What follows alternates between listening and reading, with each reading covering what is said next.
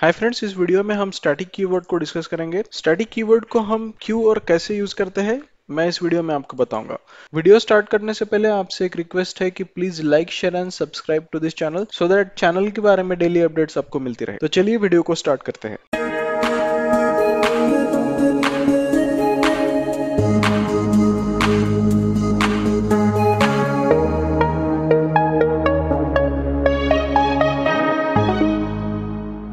Suppose you want to write a class which count the number of object created so far. So let's write one program. तो मैंने यहाँ पे counter नाम का class create किया है। यहाँ पे हम लिखेंगे private int count।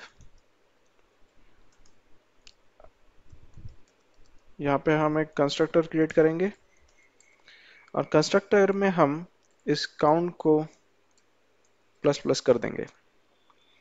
और यहाँ पे हम एक और मेथड लिखते हैं, पब्लिक वाइड प्रिंट काउंट। और यहाँ पे हम एक प्रिंट स्टेटमेंट देंगे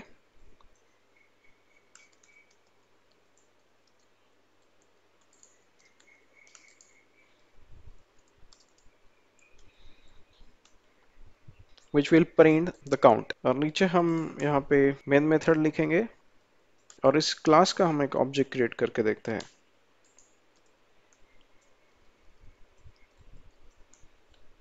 ओके, और यहाँ पे हम प्रिंट काउंट को कॉल करेंगे और उसके बाद हम एक और ऑब्जेक्ट क्रिएट करेंगे और अगेन हम प्रिंट काउंट को कॉल करेंगे। Okay, let's run this programme.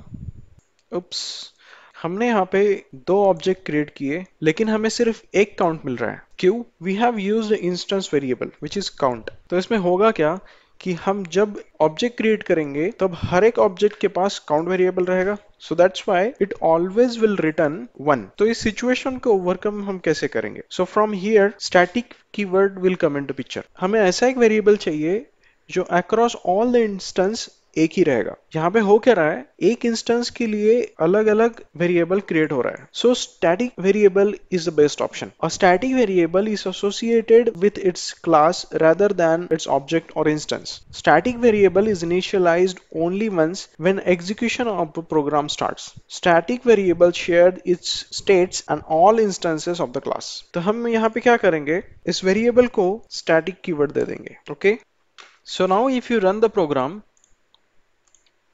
Object created 2, यहाँ पे हमने वेरिएबल को स्टैटिक दिया है। हम मेथड को भी स्टैटिक कर सकते हैं। So let's see static. और जब हम मेथड को स्टैटिक करते हैं तब हमें उस मेथड को एक्सेस करने के लिए ऑब्जेक्ट की जरूरत नहीं होती है। तो हम direct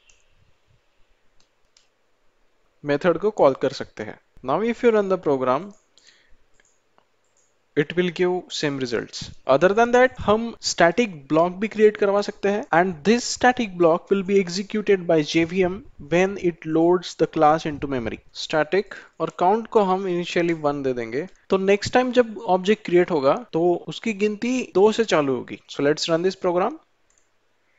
2 and 3. So this code will be executed when JVM load class into memory. So do not get confused with the static block and a constructor. Constructor will be invoked when an instance of a class is created, while static block will be invoked when a JVM load its class.